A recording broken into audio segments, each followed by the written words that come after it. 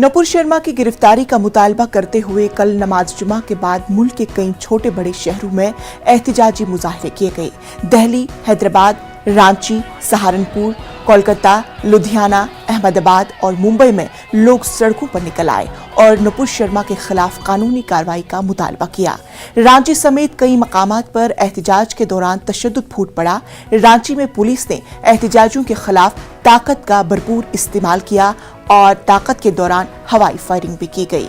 रांची में एहतिजाज के दौरान 2 एहतिजाजी हलाक हो गए हैं, जबकि दर्जन जख्मी बताए जा रहे हैं, जिसके बाद रांची के 12 तशद्दुद-ज़दा थाने इलाकों में कर्फ्यू और दफा 144 नाफिज कर दी गई है। हालात को देखते हुए रांची में इंटरनेट खिदमात को कल दोपहर 12 बजे तक मुअत्तल कर दिया गया है। दूसरी जानिब यूपी में हुए एहतिजाजी मुजाहिरों के बाद यूपी की योगी हुकूमत ने कल कई मकामात से अब तक 136 अफराद को गिरफ्तार किया है और उन पर गैंगस्टर एक्ट लगाने की तैयारी की जा रही है। वहीं दिल्ली पुलिस ने जामा मस्जिद से शुरू हुए एहतिजाज के मामले में नामालूम अफराद के खिलाफ वबा से मुतालिक कानूनी 128 के तहत मामला दर्ज करते हुए एहतिजाजियों की तलाश शुरू कर दी है।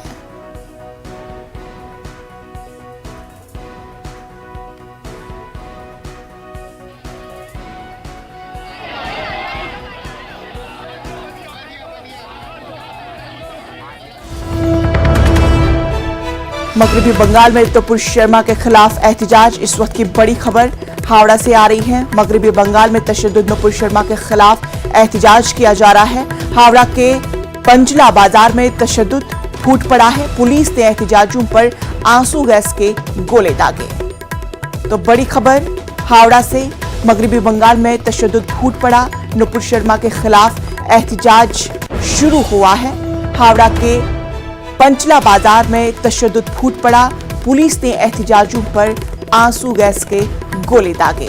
तो नाज़रीन, आपको हम बता दें कि कल से ही मुल्क के मुख्तलिफ मकामात से एहतिजाजी की खबर मौसूल हो रही है और आज हावड़ा में एहतिजाज किया जा रहा है। आप तस्वीरों में साफ तौर पर देख सकते हैं कि किस तरह से पुलिस ने अपनी ताकत का इस्तेमाल करके आंसू गैस के गोले दागे।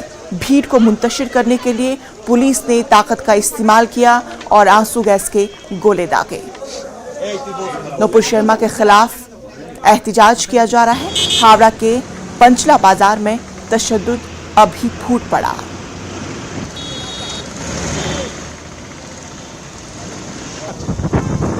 ये तस्वीरें आप अभी हावड़ा से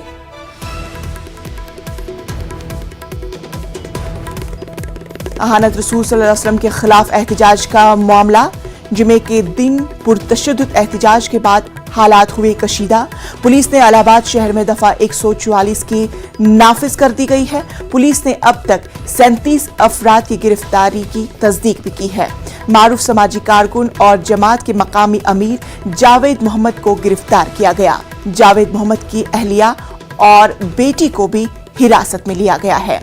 MIM के जिला सदर शाह आलम को गिरफ्तार किया गया। तो बड़ी खबर, मुस्लिम इलाकों में पुलिस की भारी तैनाती की जा रही है। तो आपको बता दें नाजरीन के हज़रत रसूल सल्लल्लाहु अलैहि वसल्लम के गुस्सा खाना बयान के खिलाफ मुल्क के मुख्तलिफ मकामात पर एहतिजाज जारी है।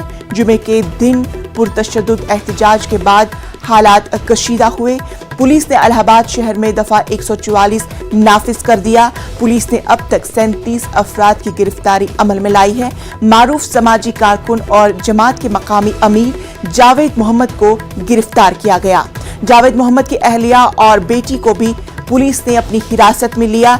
MIM के जिला सदर शाह आलम की गिरफ्तारी अमल में लाई गई है।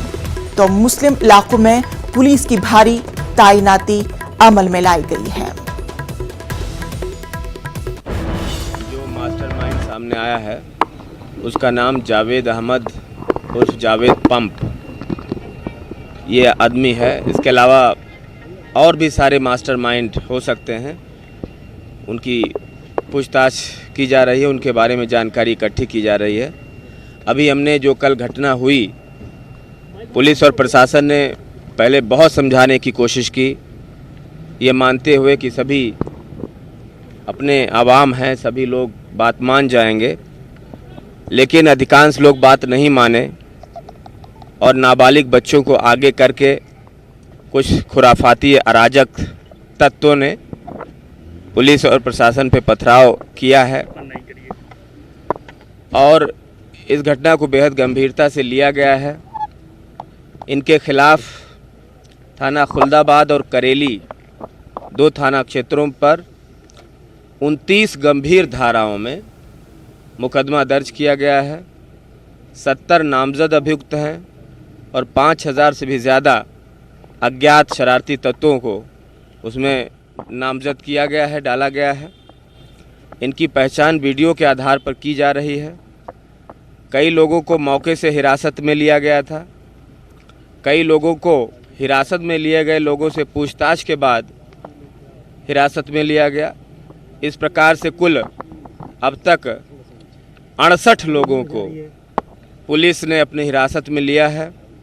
उनसे गहनता के साथ पूछताछ की जा रही है। यह भी जानकारी करने की कोशिश की जा रही है कि यहाँ अगर बाहर से लोग आए थे तो कौन लोग थे, उनके एग्जैक्टली नाम क्या थे, और सब पे बहुत कड़ी कार्रवाई की जाएगी। इस पूरे मामले पर हमारे साथ बात करने के लिए हमारे नुमाइंदा इलाहाबाद से जुड़ चुके हैं मुश्ताक आमिर। इलाहाबाद की अभी की ताजा सूरत हाल बयान कीजिए और साथ में अहम शख्सियात की गिरफ्तारी भी अमल में लाई गई है, क्या कुछ है अभी की ताजा सूरत हाल?